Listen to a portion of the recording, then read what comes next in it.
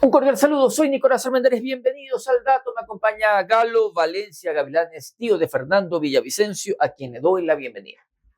Gracias, Nicolás, y a su distinguida audiencia por esta oportunidad. Muchísimas gracias a usted, estimado Galo, y recuerda que este programa está siendo retransmitido a través de las señales de El Dato Internacional, del Dato Colombia e Innato S. Pregunta simple y sencilla, pero quiero conocer, ¿cuál es su criterio, no? Después de la primera resolución dada por la juez por el caso del magnicidio de Fernando Villavicencio a José Serrano, Ronnie Aliaga, Javier Jordán y Daniel Salcedo. Claro, se conoce que de acuerdo a los elementos de convicción, la fiscal Ana Hidalgo llama o le solicita a la jueza para que convoque a esta audiencia de formulación de cargos. Y se ha basado en 14 elementos de convicción, ¿no?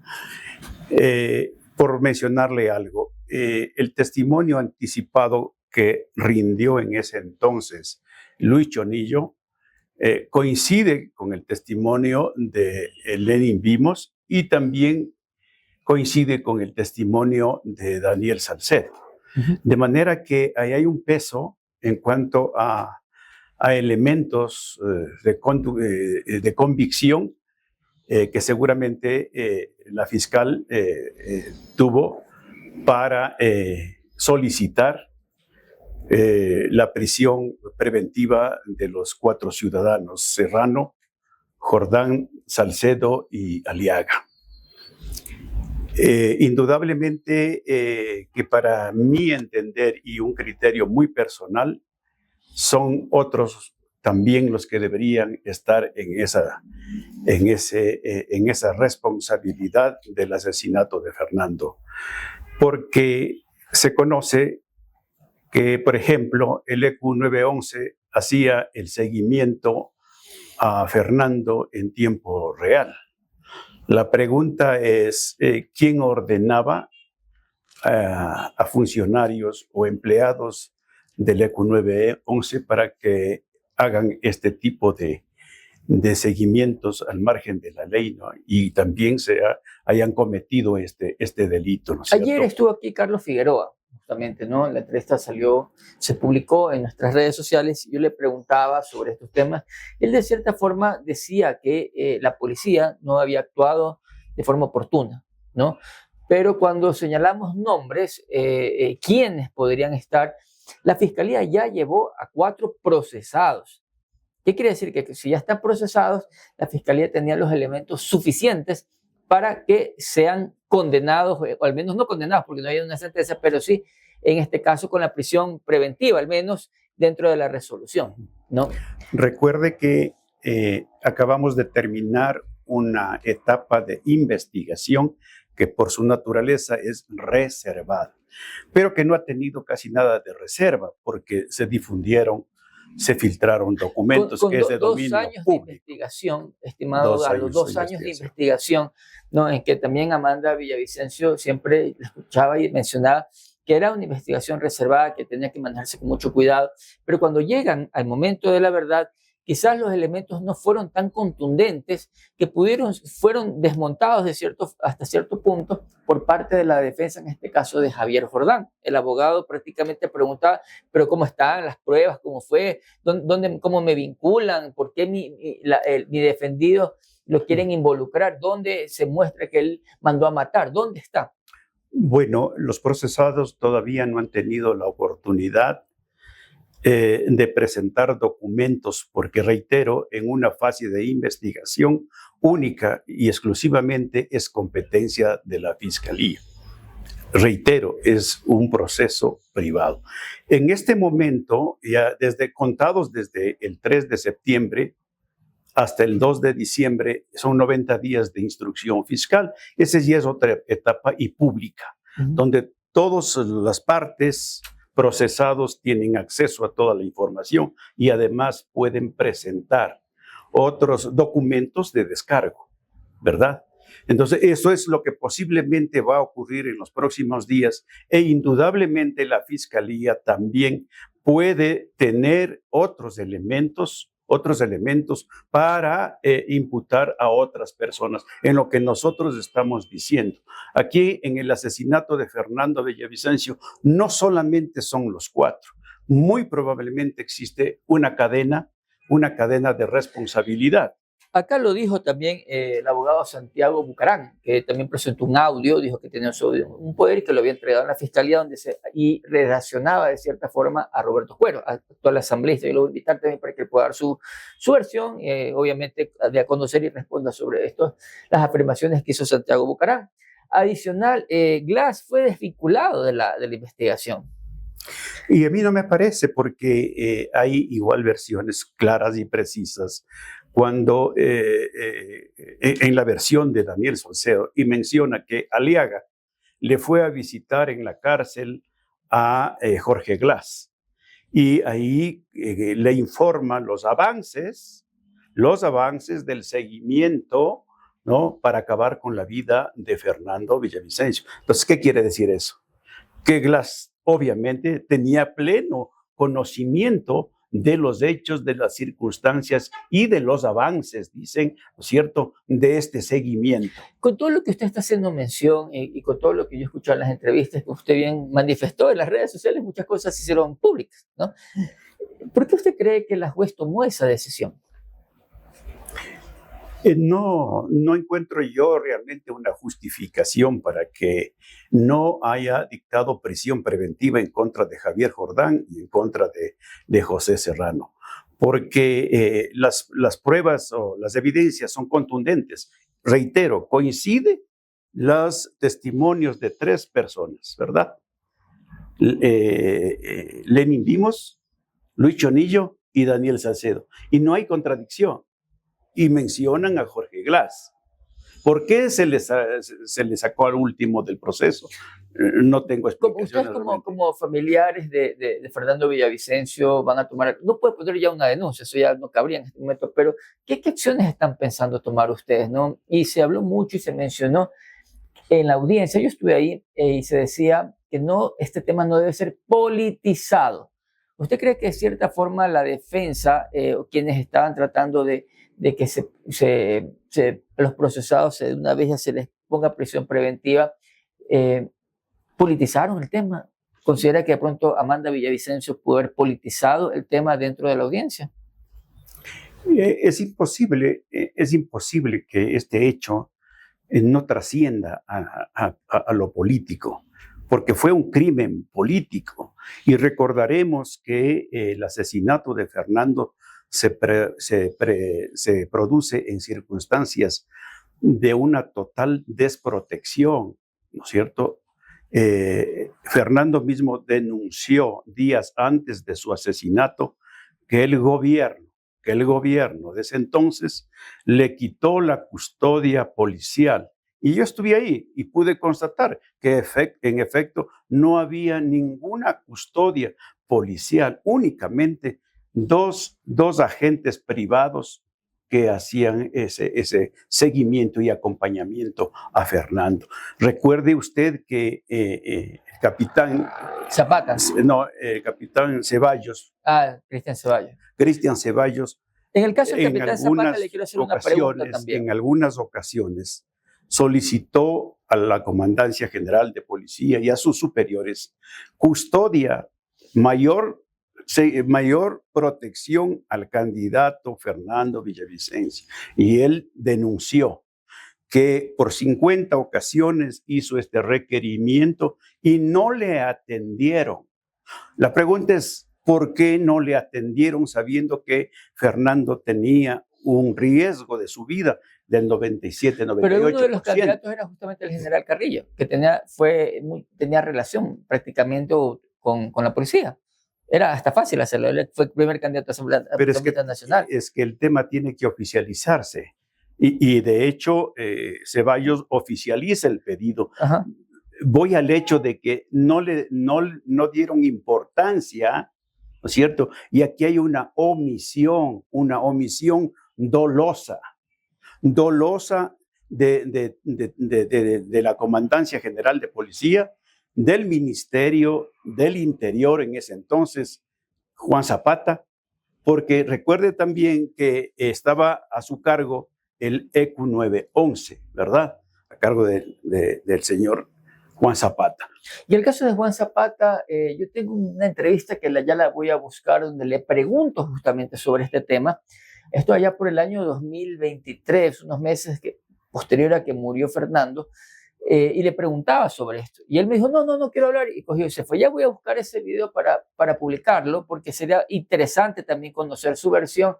¿Por qué ha pasado tanto tiempo? Tenemos 4 procesados, 2 con medidas de prisión preventiva y 2 con presentación periódica, sin especificar el tiempo. Y quiero hacer énfasis en esto porque yo al abogado de José Serrano le hice una entrevista y le pedí que me especifique cuánto tiempo responde el tema periódico, y no me supo responder. ¿Quién conoce eso? ¿Cada cuánto tiempo se tiene que presentar? ¿Cada semana? ¿Cada 15 días? ¿Cada 50 años? ¿Quién responde eso? Bueno, ahí dice en la providencia de que cada 8 días debe presentar. Cada 8 días, es decir, ya debieron haberse presentado. Ya se presentó la primera ocasión y es cada 8 días. ¿Pero quién se presentó? Javier Jordán. ¿Javier Jordán se presentó en dónde? ¿En la embajada? Claro, en el consulado del Ecuador en Miami. Sin ningún problema fue y se presentó. Se presentó y tiene que hacerlo cada 8. De José Serrano, obviamente, sabemos que está detenido en Florida. Está detenido, no puede hacerlo. ¿Sí? Y la providencia dice, si eso se supera y si es requerido en el Ecuador, tendrá que presentarse aquí ante la jueza. Uno de los más señalados, por decirlo así, y creo que ya ha trascendido un poco más el problema entre denuncias vienen entre Javier Jordán y Amanda Villavicencio. Si bien es cierto, tocaría por la parte de ustedes que el procesado sea sentenciado, que ese sería el fin que quisieran lograr, pero si esto no se logra, ¿ustedes consideran a la interna que tendrían las pruebas suficientes como para en una siguiente audiencia poder evidenciar que Javier Jordán tuvo responsabilidad en el magnicidio de Fernando Villavicencio? Primero, la jueza tiene la obligación de abundar en los elementos de convicción, de manera que sean inequívocos, con certezas, y sean pruebas plenas, irrefutables, para que el día de la audiencia, en 90 días, ya prácticamente para la sentencia, formulación de cargos, pueda la jueza dictar la sentencia y la pena máxima a los por lo menos 4 que están siendo en este momento procesados. Me hablan 90 días, estamos hablando de octubre, noviembre, por diciembre. Para el 2 o 3 de diciembre. ¿Podría alcanzar esa fecha? Podría más, porque de unos cálculos que hacemos con abogados, esto podría pasar de pronto al 2026 o no. Es potestad de la jueza prorrogar ese tiempo. Es potestad de la jueza. Podría ser hasta por unos 90 días más. Depende cómo vaya avanzando el tema de investigación en esta fase. Y antes de concluir este tema, como siempre, yo lo invito y cumplo con estas invitaciones porque creo que es un tema que nos compete a todos, ¿no? Y quisiera preguntarle, porque me llama mucho la atención el día de la audiencia, yo no vi a ninguno de los, ni siquiera asambleístas que ganaron, sino candidatos que estuvieron alrededor de Fernando Villavicencio. No los vi ese día en la audiencia. Yo pensaba que iban a ir algunos de los que estuvieron con Fernando Villavicencio de candidatos y que llegaron a la asamblea. No había ninguno, ¿no? Me llamó mucho la atención. Quisiera saber si de pronto ha existido un acercamiento con estas personas, que muchos de ellos todavía están en la asamblea, ganaron en otra tienda política o se postularon a otras tiendas, se separaron de Construye, porque cada quien tiene la libertad. Pero ustedes, ¿qué acercamiento han tenido con ellos o fue nomás electoral? Ningún acercamiento. Y lo más sorprendente es que, por ejemplo, el hoy asambleísta por ADN, Hernán Zapata, fue asambleísta por Construye y llegó de la mano de Fernando. Él fue el que nada más estaba de acuerdo con un informe que generó asambleísta Andrés Castro, de que el crimen de Fernando era era un crimen común. Es decir, que cualquier ciudadano que pasaba por ahí en el parque, le disparó y le mató, ¿no es cierto? Pero se prestaron para afirmar semejante barbaridad. Entonces, como ellos, prácticamente toda la bancada que llegó a la asamblea, en inicio, 31 asambleístas, claro, y después se dispersaron, unos se independizaron, otros fueron al Partido Social Cristiano, otros están en ADN, y así sucede. Pero nadie, absolutamente nadie ha estado en este proceso de acompañamiento, de interés por los resultados de las investigaciones de Fernando Villavicencio. Eso sí nos indigna, ¿no?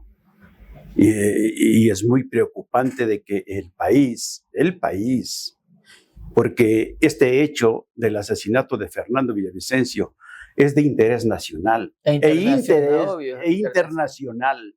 Si no se descubre la verdad, si no se sentencia con la pena máxima, esta herida que fue de muerte a la democracia, a la seguridad ciudadana, no se superará. El Ecuador seguirá viviendo estos momentos de dolor, de tristeza, porque la inseguridad afecta a todos, ¿no es cierto? A que el pobre pueda prosperar con su pequeño negocio, al que el rico también, el gran empresario, todos somos afectados por una inseguridad que no se supera. Así es, estimado Galo, y quiero también, para cerrar esta entrevista, recordar algo que ocurrió, y es que cuando se dieron las elecciones en las que Fernando ya no pudo participar porque fue asesinado unos días antes, para esas elecciones puntuales el Consejo Nacional Electoral recibió medios de comunicación, prensa, yo diría de todas partes del mundo, porque vinieron por ese hecho. Habían medios de todo el mundo y fue algo que me llamó mucho la sorpresa porque a elecciones posteriores ya no se dio. Cadenas fuertes de todo el mundo vinieron a cubrir este hecho lamentable, que no es un hecho nacional, creo que coincido con ustedes, es un hecho a nivel mundial que se conoció. Algo parecido está viviendo Colombia en este momento con Miguel Uribe, y vemos que las cosas pasan como que no tenemos respuesta, va un proceso, y a mí me preocupa indistintamente de quién sea o no ser procesado, sino que necesitamos ya conocer quién fue el autor intelectual o autores intelectuales, porque si esto queda así en el aire, mañana o pasado, ¿con qué cara se va a meter preso a alguien que se roba un pan, por ejemplo, o que se roba algo, una medicina para darle a algún enfermo que tengan ¿con qué cara los vamos a meter en la cárcel? Por supuesto, pues, si en el Ecuador no se cumple con la ley y no se hace cumplir la ley, impera entonces la ley del más fuerte. Así es. Y es lo que está pasando. Y podemos llegar a hechos y circunstancias muy lamentables, de que cualquiera hace lo que le da la gana. Mañana me robo un carro y voy a decir, ¿con qué cara me van a meter preso si no tenemos al autor intelectual del asesinato de Fernando Villavicencio? Por supuesto. Y se nos rieron en la cara. Eso no puede quedar en la impunidad. De ninguna manera. Estimado Galo, un mensajito, por favor, a quienes verán esta entrevista. Hacemos un llamado a las autoridades, a la fiscalía, a los jueces que tienen que al final juzgar este magnicidio de Fernando Villavicencio, que no tengan contemplaciones, porque esta será una lección para aquellos que pretendan silenciar la voz y la vida de otro ciudadano. Por favor, a las autoridades intervenir con celeridad y con el máximo rigor de la ley. Estimado Galo, muchísimas gracias. Y ustedes, queridos ciudadanos, gracias por seguirnos a través de las redes sociales. Nos vemos en un próximo programa. Muchas gracias. El nuevo Ecuador no se detiene. Más de 1.500 megavatios se han sumado al sistema eléctrico. Y todo ha sido por ti, para que no pares. Porque cuando nosotros no nos detenemos, ustedes tampoco tienen que hacerlo. El nuevo Ecuador. Energía que construye futuro. El nuevo Ecuador no se detiene, se anticipa, se prepara, no espera a que la crisis llegue, trabaja desde antes para que tú no tengas que preocuparte. Eso también es construir futuro. Mientras tú sigues con tu día, nosotros seguimos construyendo el mañana, recuperando lo que otros dejaron caer, generando energía donde antes hubo abandono, rehabilitando, planificando, previendo. Hoy Ecuador está listo. No improvisamos, nos preparamos. Gracias al trabajo de estos meses, más de 1.500 megavatios se han sumado al sistema eléctrico. Hidroeléctricas, térmicas, barcazas, el embalse Mazar al tope. Y todo ha sido por ti, para que no pares. Porque cuando nosotros no nos detenemos, ustedes tampoco tienen que hacerlo. Energía que construye futuro.